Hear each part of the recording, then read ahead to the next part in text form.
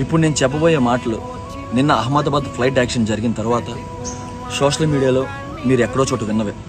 కానీ స్టిల్ నా మనసుకి అనిపించింది, ఆ సంఘటన నా మనసుని కుదిపేసింది కాబట్టి చెప్తున్నా.